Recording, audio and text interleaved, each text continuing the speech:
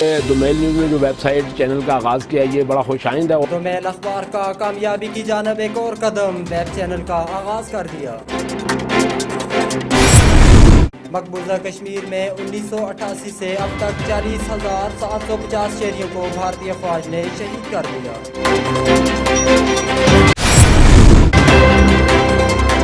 گلگت بلتستان کو کسی صورت صوبہ نہیں بننے دیں گے، بار کونسل مظفر آباد نے مشترکہ اعلامیہ جاری کر دیا.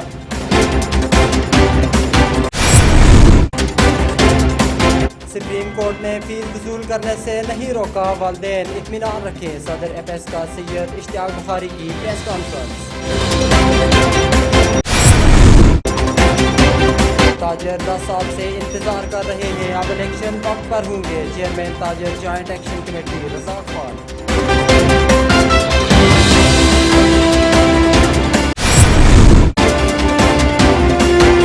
وادی نیلم کا خوبصورت سیاحتی مقام شاردہ سیاحوں کی توجہ کا مرکز بن گیا.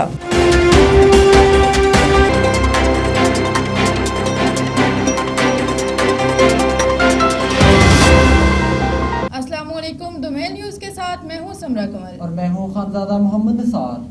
ہیڈ لائنز آپ نے جانی، اب چلتے ہیں خبروں کی تفصیل کی طرف.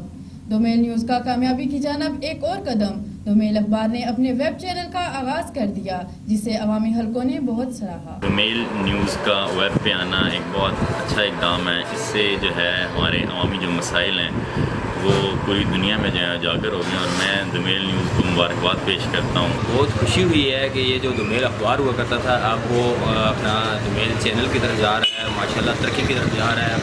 اور اب مجھے یقین ہے کہ ہمارے اب مسائل اور بہتر طریقے سے جو ہے نا یہ میڈیا جو ہے نا اب میڈیا پہ جا کے جس طرح سوشل میڈیا ہمارا جا رہا ہے اور مطلب اس پہ جا کے ہمارے بہتر طریقے سے وہ ریزالو کروائیں گے. میں یہ سمجھتا ہوں کہ دومیل نیوز نے جو ویب سائٹ چینل کا آغاز کیا ہے یہ بڑا خوش آئند ہے، اور یہ ہم اس کو بھی یہ سمجھتے ہیں کہ پہلے جس طرح دومیل نے عوامی مسائل کو اجاگر کرنے میں اپنا کردار ادا کیا، اسی طرح جو دومیل ویب سائٹ ہے وہ بھی عوامی مسائل کو اجاگر کرنے میں مددگار ثابت ہوگا. اور ہم یہی دعا گو بھی ہیں کہ دومیل ویب سائٹ کو جو ہے وہ دن دگنی اور رات چگنی جو ہے ترقی نصیب ہو. بہت شکریہ. Azad Kashmir private schools and colleges association کے صدر نے پریس کانفرنس کرتے ہوئے کہا کہ سپریم کورٹ نے فیس وصول کرنے سے نہیں روکا، والدین اطمینان رکھیں. غریب دیہڑی دار مزدور طبقے کے بچوں کے لیے 40 سے 50% رعایت دی گئی ہے.